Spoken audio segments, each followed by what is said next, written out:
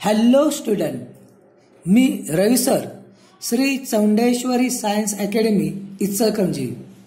विद्यार्थी मित्रो, आपण cell cycle and cell division हा टॉपिक पाहत आहोत. ह्या टॉपिकचा लास्ट लेक्चर आज आपण सुरू करतोय. तर सुरुवात करूया cell cycle and cell division. तर आपल्याला काय करायचं आहे की आपण मायटोसिस कंप्लीट केलंय. आतापर्यंत आपण काय काय पूर्ण केले बघा की सेल सायकलमध्ये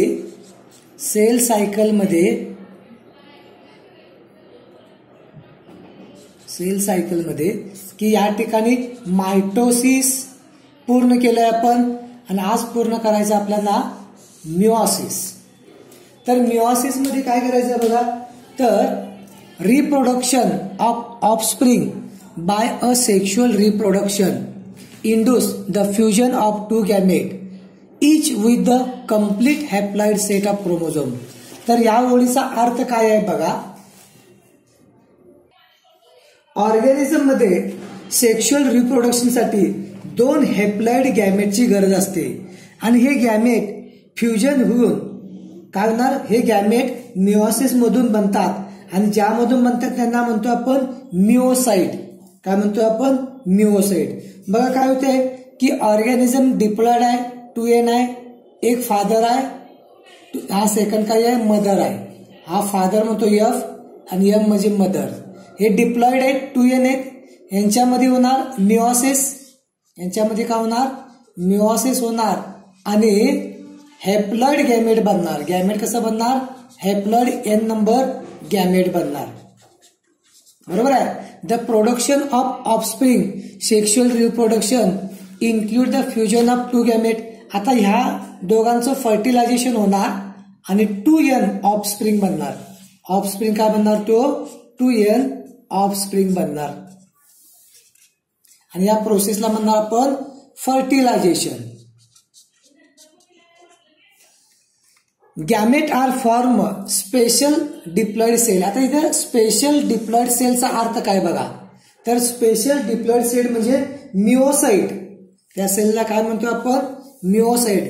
ज्या सेलमध्ये मिओसिस होतात त्यांना आपण म्हणतोय मिओसाइट. काय म्हणतो आपण, meiocyte. The specialised kind of division reduce chromosome number by half the production of haploid gamete. कारण का बघा की पेरेंट डिप्लॉइड होता 2n आणि गॅमेट बनला n, म्हणजे गॅमेट काय व्हायला मध्ये, गॅमेट मध्ये क्रोमोझोम काय होत्यात, रिड्यूस होत्यात. This kind of is called meiosis. याला म्हणतोय आपण मिओसिस. आपण म्हणू शकतोय की मिओसिसला रिडक्शन म्हणू शकतोय. काय म्हणू शकतोय, reduction. Meiosis ensure the production of haploid phase life cycle of sexual reproduction organism. जे ऑर्गॅनिझम सेक्शुअल रिप्रोडक्शन करतात त्यांच्या लाईफ सायकल मध्ये मिओसिस काय करत्या, हॅप्लॉइड स्टेज दर्शवत्या. For example human being, for example म्हणतो मी की ह्युमन काय आहे, डिप्लॉइड आहे, 2n आहे, पण तू ह्याच्यामध्ये गॅमेट बनत्या n, म्हणजे लाईफ मध्ये जे गॅमेट बनत्या या गॅमेट मध्ये हॅप्लॉइड स्टेज आपल्याला पाहायला मिळत्या. Where fertilisation restore diploid cell. हे गॅमेट काय होत्यात, फ्यूज होत्यात आणि फर्टिलायझेशन परत ऑफस्प्रिंग काय बनतोय, 2n बनतोय. We come to across meiosis during gametogenesis in plant and animal. This lead to formation of haploid gamete. लक्षात ठेवा की प्लांट आणि अॅनिमल मध्ये मिओसिस झाल्याबरोबर काय याला त्या ठिकाणी गॅमेट बनतात. थोडस प्लांट मध्ये जर बघितलं तर थोडासा चेंज पाहायला मिळतोय आपल्याला. अॅनिमल मध्ये बरोबर आहे की मिओसिस झाल्याबरोबर हॅप्लॉइड गॅमेट बनतोय, हे बरोबर आहे. परंतु प्लांट मध्ये ही टर्म जरा चेंज होत्या. कारण का की प्लांट मध्ये मेगास्पोर मदर सेल मध्ये मिओसिस होते. मी काय म्हणतोय, megaspore mother spore mother cell MMC आणि MMC असं म्हणूया आपण. हे दोन्ही काय आहेत, 2n आहेत, 2n आणि 2n. आता इथे MMC म्हणजे मेगास्पोर मदर सेल. मेघा काय नाव असते, फिमेल, ही म्हणजे मेगास्पोर. आणि मायक्रोस्पोर म्हणजे मेल. की मेगास्पोर मदर सेल डिप्लॉइड आहे, यामध्ये होते मिओसिस आणि फिमेल गॅमेट बनते मेगास्पोर. मायक्रोस्पोर मदर सेल जे डिप्लॉइड आहे यामध्ये होते मिओसिस आणि परत बनतंय मायक्रोस्पोर. आणि या मायक्रोस्पोर मध्ये परत होतंय मायटोसिस. यामध्ये होतंय मायटोसिस आणि मग गॅमेट बनतात. याचा अर्थ की प्लांट मध्ये मिओसिस झाल्याबरोबर लगेच गॅमेट बनत नाही, तर पुढं मायटोसिस होतंय आणि मायटोसिस झाल्यानंतर प्लांट मध्ये काय होतंय, गॅमेट बनतंय. याचा अर्थ इथं जे काही प्लांटच्या बाबतीत वाक्य दिले हे लागू पडत नाही, फक्त ऍनिमलला लागू पडते. The key future of meiosis involve 2 sequence cycle of nuclear and cell division called meiosis 1, meiosis 2, but only single cycle of DNA replication. Meiosis मध्ये 2 पाहायला मिळतात, मिओसिस 1 आणि मिओसिस 2. परंतु यामध्ये डीएनएचं रिप्लिकेशन एकदाच होते मिओसिस 1 मध्ये. Meiosis 1 is initiated after parental chromosome have replicate to produce identical sister chromatid at the S phase. Meiosis 1 मध्ये काय झालेलं आहे की जे काही क्रोमॅटिड आहेत डीएनए डबल झाला आहे, त्यामुळे सिस्टर क्रोमॅटिड डबल झालेले आहेत एस फेज मध्ये. Meiosis involve pairing of homologous. लगेच की मिओसिस मध्ये होमोलोगस जे काही क्रोमोझोम आहे ते काय करतात, पेरिंग करतात. आता होमोलोगस क्रोमोझोम म्हणजे काय होणार, एक सेट माताकडून येणार, एक सेट पिताकडून येणार, अशांना म्हणतो आपण homologous chromosome. Meiosis involve homologous pair homologous chromosome and recombination between them. Recombination म्हणजे या ठिकाणी आम्हाला काय होणार, व्हेरिएशन पाहायला मिळते. 4 haploid cell are form. Meiosis 1 आणि मिओसिस 2 झाल्यानंतर 4 हेप्लॉइड सेल आपल्याला पाहायला मिळतात. तर पहिला बघा काय सांगितलंय, mitotic event are can be group under the following phase, meiosis 1 आणि मिओसिस 2. तर एनसीईआरटी मध्ये बघा की मिओसिस 1 मध्ये काय दिसते बघा, तर मिओसिस 1 मध्ये प्रोफेज बघा, प्रोफेज झाल्यानंतर काय बघावलं आपण, मेटाफेज बघालोय, एनाफेज 1, टीलोफेज 1. तर इथं या ठिकाणी की हा न्यूक्लियर स्पिंडल आहे समजा, मेटाफेज मध्ये बघतोय आपण. तर ह्यामध्ये जे क्रोमोझोम जे आहे ते दोन्ही अपोजिट साईडला पोहोचलेले आहेत बघा.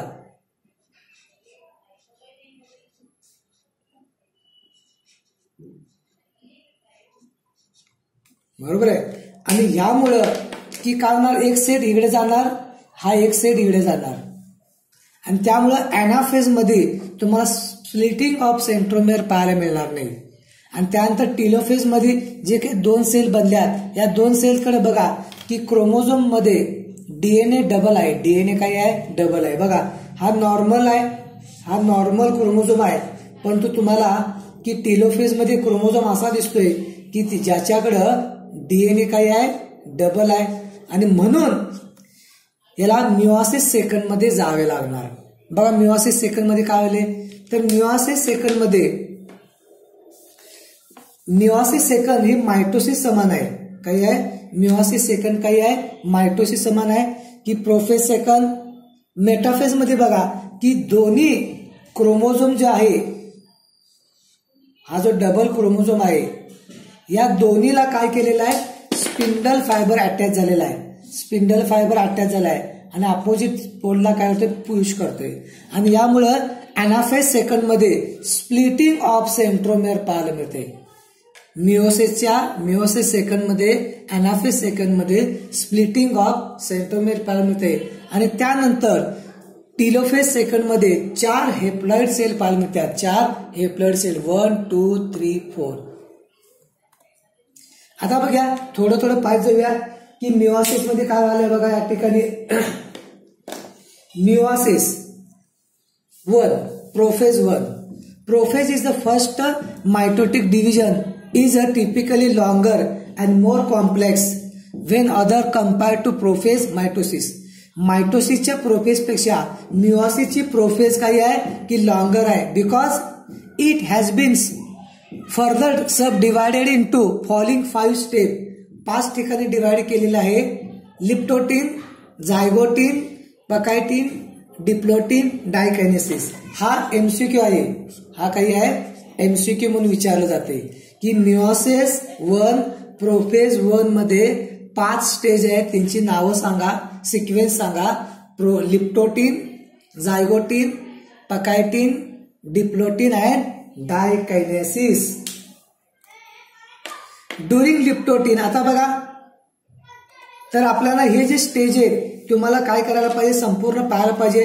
पहिला लिहितो मी इथं झायगोटिन, लिप्टोटिन, झायगोटिन, पकायटिन, डिप्लोटिन आणि डायकायनेस. पहिला बघा, during leptotene stage chromosome became gradually visible under the light microscope. तर लिप्टोटिन मध्ये क्रोमोझोम काय व्हायल्यात की कंडेन्स व्हायल्यात. The compact chromosome continues throughout the leptotene. This followed the second stage of. आता लिप्टोटिन नंतर कुठली स्टेज येणार, zygotene. This followed by second stage of prophase. प्रोफेजची सेकंड फेज आहे zygotene. During this stage chromosome start pair together is called as synapsis. आता बघा की लिप्टोटिन मध्ये, झायगोटिन मध्ये तुम्हाला काय करायचं आहे की सायनॅप्सिस पाहायला मिळते, हा विचारलं जाते. आणि लिप्टोटिन मध्ये काय होणार, बीडेड ऍपरन्स म्हणजे मोती समान पाहायला मिळते. आणि झायगोटिन मध्ये सायनॅप्सिस पाहायला मिळते. During the stage of chromosome start pair together process associated synapsis. Such pair chromosome is called homologous chromosome. काय होत्यात की होमोलोगस क्रोमोझोम हा एक क्रोमोझोम आहे, हा त्यानंतर हा दुसरा क्रोमोझोम आहे, हा काय आहे दुसरा क्रोमोझोम आहे. आणि दोघ जण काय करतात, आपलं थ्रेड एकमेकांमध्ये गुंतायचा प्रयत्न करतात. याला बायव्हॅलेंट म्हटलं जाते, सायनॅप्सिस म्हटलं जाते. अशा प्रकारचे स्ट्रक्चर आपल्याला पाहायला मिळते. Electron micrograph of this stage include that chromosome synapses accumulated by formation of complex structure is called synaptomal complex. ह्यालाच काय म्हटलं जाते, सिनॅप्टोमल कॉम्प्लेक्स म्हटलं जाते. ह्यालाच काय म्हटलं जाते, सिनॅप्टोमल कॉम्प्लेक्स. IMP विचारला जाते. याचा अर्थ झायगोटिन मध्ये तुम्हाला सिनॅप्टोमल कॉम्प्लेक्स पाहायला मिळणार. तर complex form by a pair synapsis homologous chromosome is called bivalent. ह्याला बायव्हॅलेंट म्हटलं जाते, टेट्राड बायव्हॅलेंट म्हटले जाते. These are more clearly visible next stage. First, आता पुढची स्टेज झाली लिप्टोटिन, झायगोटिन नंतर pachytene. The first 2 stage prophase 1 relatively short. या दोन्ही फेज काय होत्या, शॉर्ट आहेत. 2 नेक्स्ट पकायटिन. आता यानंतर येणार आहे pachytene. During the stage of bivalent chromosome now clearly tetrad. काय दिसाले बघा की टेट्राड दिसायला आले. तर काय होते बघा, this stage character by appearance of recombinant nodules. या ठिकाणी काही न्यूडल्स पाहायला मिळतात. The site for this crossing over occur between non sister, लक्षात ठेवा, non sister chromatid of homologous chromosome. Crossing over is the exchange of genetic material between 2 homologous chromosome. Crossing over is also as a enzyme. लक्षात ठेवा, crossing over काय आहे, enzyme mediated process. The enzyme involve IMP recombinase. काय होते, recombinase enzyme पाहिजे.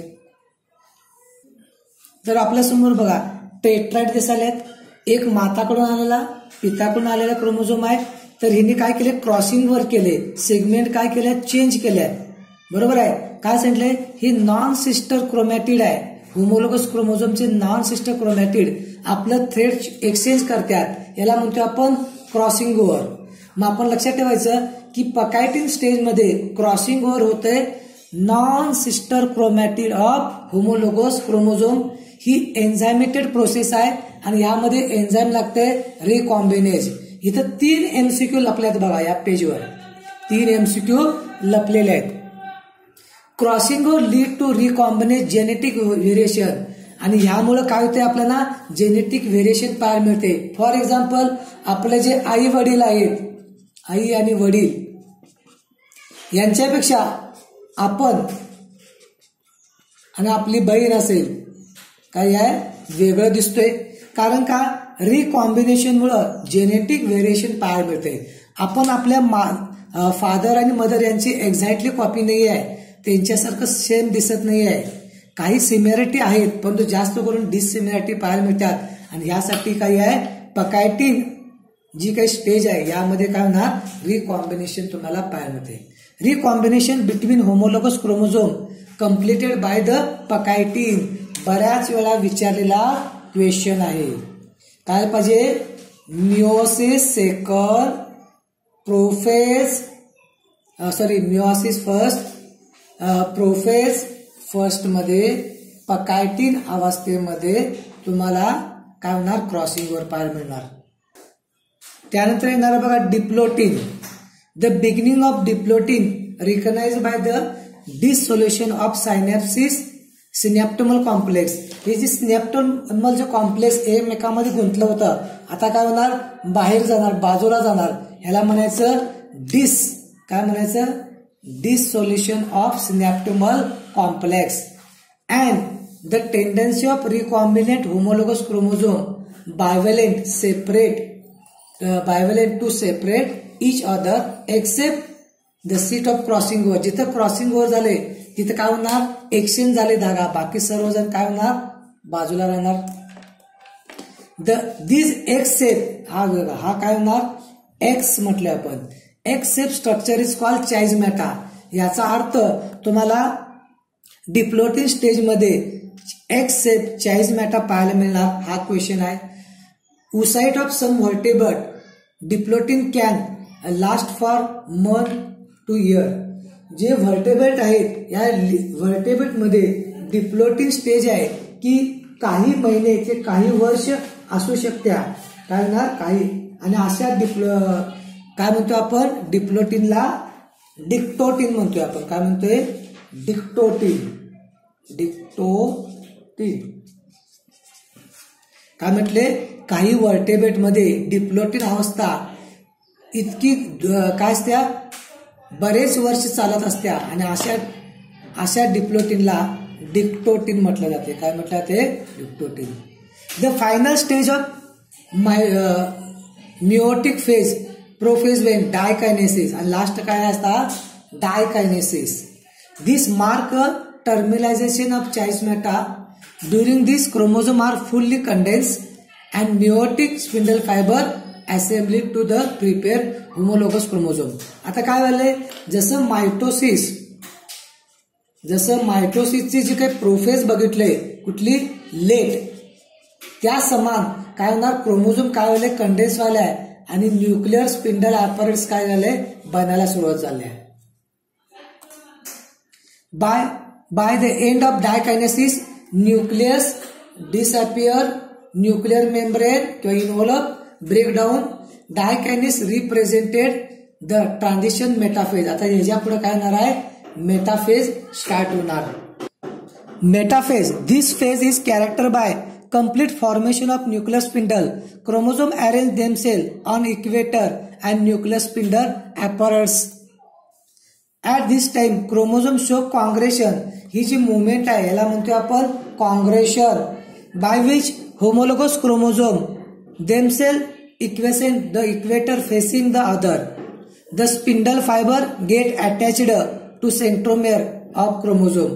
आता काय होतं, या ठिकाणी जी काही मेटाफेज मध्ये क्रोमोझोम साठी जी काही मुवमेंट चालल्या, या मुवमेंटला म्हणायचं कॉंग्रेशन.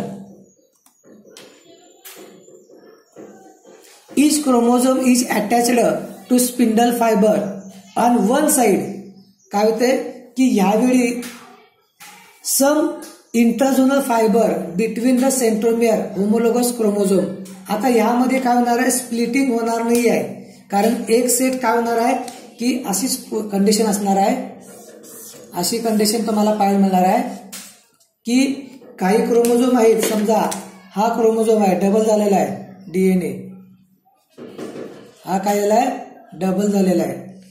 त्यानंतर दुसरा या ठिकाणी असा पाहायला मिळाला तुम्हाला गायो, हा काय करतोय, हा क्रोमोझोम काय केलं ते हे दोन्ही असं अपोजिटला सेट येत आहे. संपूर्ण सेट क्रोमोझोमचा सगळा सेट काय होतोय अपोजिट पोलला मूव्ह केला जातोय. काय सांगितले, each chromosome attach to spindle fibre one side, एक साइडच्या सेंट्रोमियरच्या कायनेटिक कोरला अटॅच झालेला आहे. Some interzonal fibre centromere homologous chromosome, काही इंट्राझोनल फायबर असतात, हे काय करतात पुश करतात, एक याला काय करतात ह्या सेंट्रोमियरला पुशिंग करतात, याला पुशिंग बॉडी म्हणतोय आपण. Anaphase first, anaphase is the separation of homologous chromosome. Chromosome separate झाल्यात, homologous chromosome move towards opposite pole, this known as disjunction. काय हे होमोलोगस क्रोमोझोम आहेत अपोजिट पोलला मूव्ह करतात, त्याला डिसजंक्शन म्हटलंय. Anaphase 1 chromosome number became half of each pole. Mendelian character segregate anaphase. तर genetic मधला एक प्रश्न येते की मेंडलचे जे कॅरेक्टर आहेत त्याला फॅक्टर म्हटलं जाते, ते आजचे काय म्हणतो आपण जीन. मेंडलचे जे कॅरेक्टर आहेत ते मिओसिस 1 मध्ये एनाफेज 1 मध्ये सेग्रेगेट येतात. हा क्वेश्चन विचारला जातोय. Anaphase first there is no splitting of centromere, सेंट्रोमियरची स्प्लिटिंग होणार नाही. Disjunction of normal process of meiosis result half number of chromosome in daughter nuclei. त्यानंतर telophase 1, telophase 1 begin when chromosome have reach pole. Chromosome पोलकडे पोहोचल्यानंतर टीलोफेजची सुरुवात होत्या. It is the reverse process of prophase 1. प्रोफेजच्या उलटी nuclear membrane reappear, nucleus reappear, spindle fibre disappear आणि decondense. Chromosome काय आल्यात आता या ठिकाणी डिकंडेन्स होऊन क्रोमॅटिन थ्रेड बनायच्या तयारीत आहेत. The nuclear is form which are half number chromosome of compare to parental cell. आता काय सांगितलं बघा या ठिकाणी एनसीईआरटी मध्ये मेटाफेज 1 बायव्हॅलेंट क्रोमोझोम ॲलिंग to equator plate, microtubule from opposite pole, spindle fibre attached to kinetochore of homologous. बघितलं आपण, तर हे एनसीईआरटी मध्ये असं दिले बघा. Anaphase homologous chromosome separate while sister chromatid remain associated centromere. बघा असं दिसाले. त्यानंतर ना मिओसिस 1 बघा दिसाल का परत. Telophase nuclear membrane nucleus reappear, cytokinesis followed is called a dyad, became monad. काय ना all thought in case chromosome undergoes depression of the extremely state. बरं ठीक आहे. तर आता काय एनसीईआरटी सांगते the stage between two mitotic. आता काय झालं बघा, मिओसिस 1 कम्प्लीट झालंय आणि यानंतर काय होणार आहे की मिओसिस 2 स्टार्ट होणार आहे. परंतु यामध्ये एक टाइम गॅप असतोय. काय असते या दोन्हीमध्ये एक टाइम गॅप पाहायला मिळतोय आणि या टाइम गॅपला आपण म्हणतोय, यामध्ये एक टाइम गॅप असतोय त्याला म्हणतोय इंटरकायनेसिस, त्याला म्हणतोय टाइम गॅप आहे. तर काय होणार the stage between two meiotic, meiosis 1 आणि मिओसिस 2. काय होणार मिओसिस 1 आणि मिओसिस 2 मध्ये जो गॅप आहे त्याला काय म्हणायचं इंटरकायनेसिस. जनरली शॉर्ट लिंक असते. There is no replication of DNA. यामध्ये डीएनए रिप्लिकेशन होत नाही, म्हणजे याचा अर्थ यस फेज नाही आहे. मग कोणती असणार G1 आणि G2 विचारलं जाते. There is no replication of DNA during interkinesis. Interkinesis followed by prophase 2 much simple prophase than the prophase 1. आता यानंतर काय होणार आहे, मिओसिस सेकंड चालू होणार. मिओसिस सेकंड चालू होणार म्हणजे प्रोफेज सेकंड चालू होणार. बघा काय सांगितलं बघा, interkinesis it is a time gap between meiosis 1 and meiosis second. It involve only protein and RNA synthesis, consist of only G1 and G2 phase. Yes phase absent, IMP. This junction is meiosis second. Meiosis second called as a equilation, कारण chromosome number maintain राहतात, हाय तेवढेच राहतात. Meiosis second just like simple mitosis, meiosis second ही mitosis समान आहे. आणि यामध्ये काय ना prophase second, metaphase second, anaphase second आहे, टेलोफेज सेकंड. मिओसिस ही आहे ही मायटोसिस समान आहे. मी काय म्हणलोय, मायटोसिस समान आहे. त्यामुळे तुम्हाला मायटोसिस चांगलं माहित असेल तर मिओसिस सेकंड जास्त विचार करायला लागणार नाही. परत या ठिकाणी बघायचं आपल्याला, हे लोक आपल्याला तर एनसीईआरटी मध्ये दिलेले मिओसिस सेकंड 10.4. बघा या ठिकाणी प्रोफेज, मेटाफेज, एनाफेज आणि त्यानंतर तुम्हाला 4 हेप्लॉइड सेल बनतात. किती बनतात, 4 haploid cell. Prophase second just like mitosis, nuclear spindle formation begin. Prophase second म्हणजे न्यूक्लियर स्पिंडल फायबर म्हणजे काय होणार, न्यूक्लियर असं बघा हे जे फुटबॉलचं मैदान आपण म्हणतोय इथं सुरुवात होणार. Nuclear spindle apparatus organise perpendicular. आता ह्यावेळी काय होते की थोडस वेगळ्या स्वरूपाचं पाहायला मिळतंय की पोल इकडं असणार, काय म्हणतोय पोल इकडं असणार आणि अशा प्रकारचं तुम्हाला उलट असं पाहायला मिळणार.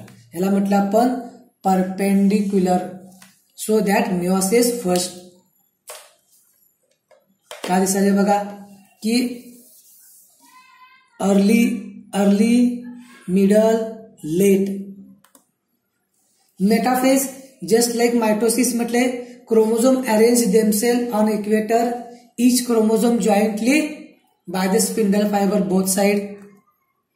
बघा दोन्ही साईडला अपोजिट दाखवले. आणि हे काय आहे, इक्वेटर आहे आणि क्रोमोझोम इक्वेटर काय आहे. आता ह्या ठिकाणी बघा की कायनेटोकोरला स्पिंडल फायबर अटॅच झाल्यात कायनेटोकोरला. आणि ह्यामुळं की एनाफेज सेकंड मध्ये स्प्लिटिंग ऑफ सेंट्रोमेअर पाहायला मिळणार. Anaphase second just like mitosis it is a only phase meiosis in which splitting of centromere, IMP. लक्षात ठेवा की आपण काय केलं होतं, मायटोसिस मध्ये एनाफेज मध्ये स्प्लिटिंग ऑफ सेंट्रोमेअर आहे. मिओसिस मध्ये 1 एनाफेज 1 इथं स्प्लिटिंग ऑफ सेंट्रोमेअर नाही आहे. परंतु मिओसिस सेकंड मध्ये एनाफेज सेकंड मध्ये स्प्लिटिंग ऑफ सेंट्रोमेअर आहे. काही वेळ काय होते, गफलत होत्या. Dyad became monad. आता डायड बिकेम मोनाड म्हणजे काय होणार की जो क्रोमोझोम होता हा काय आहे असा होता, हिच्याकडे काय होतं 2 क्रोमॅटिड होतं. आता काय होणार, स्प्लिटिंग झाल्यामुळं हा काय होणार, मोनाड होणार. मोनाड काय होणार म्हणजे नॉर्मलाइज होणार.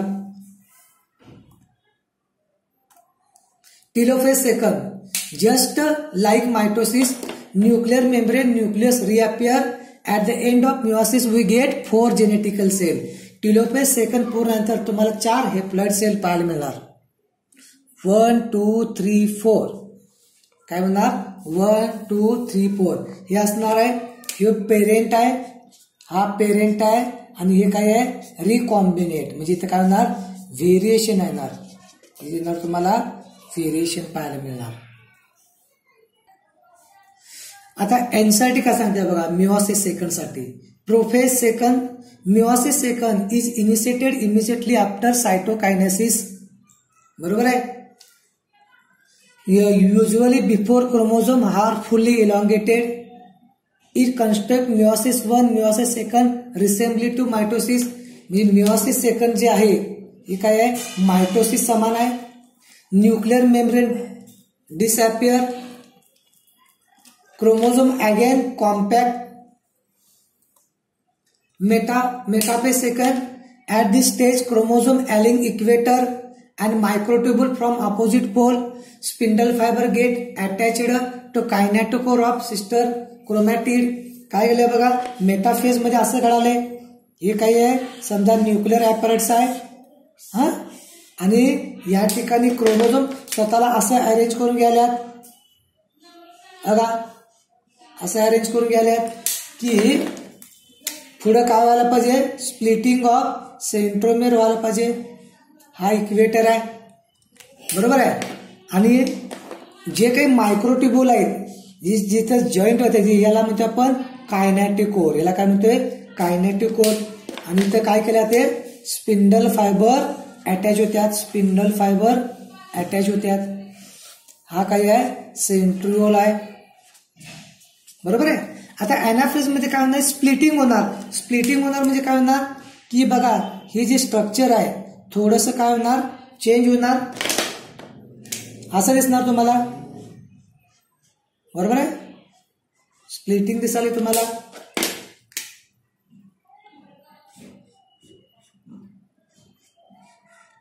आणि क्रोमोझोम काय करणार, अपोजिट पोलला. It began with stimulus splitting of centromere. Each chromosome काय आले, विच होल्ड सिस्टर क्रोमॅटिड. ही सिस्टर क्रोमॅटिडला होल्ड केल्यात.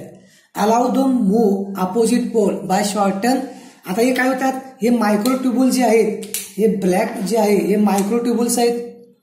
हे जे मायक्रोट्युब्यूल आहेत हे शॉर्ट होत्यात, कमी कमी होत्यात. आणि हे क्रोमोझोम काय करतात, शेवटी पोलकडे पोहोचलं जातात. तर काय दिले बघा, अशा प्रकारचं अॅनाफेज मध्ये तुम्हाला पाहायला मिळते. ओके.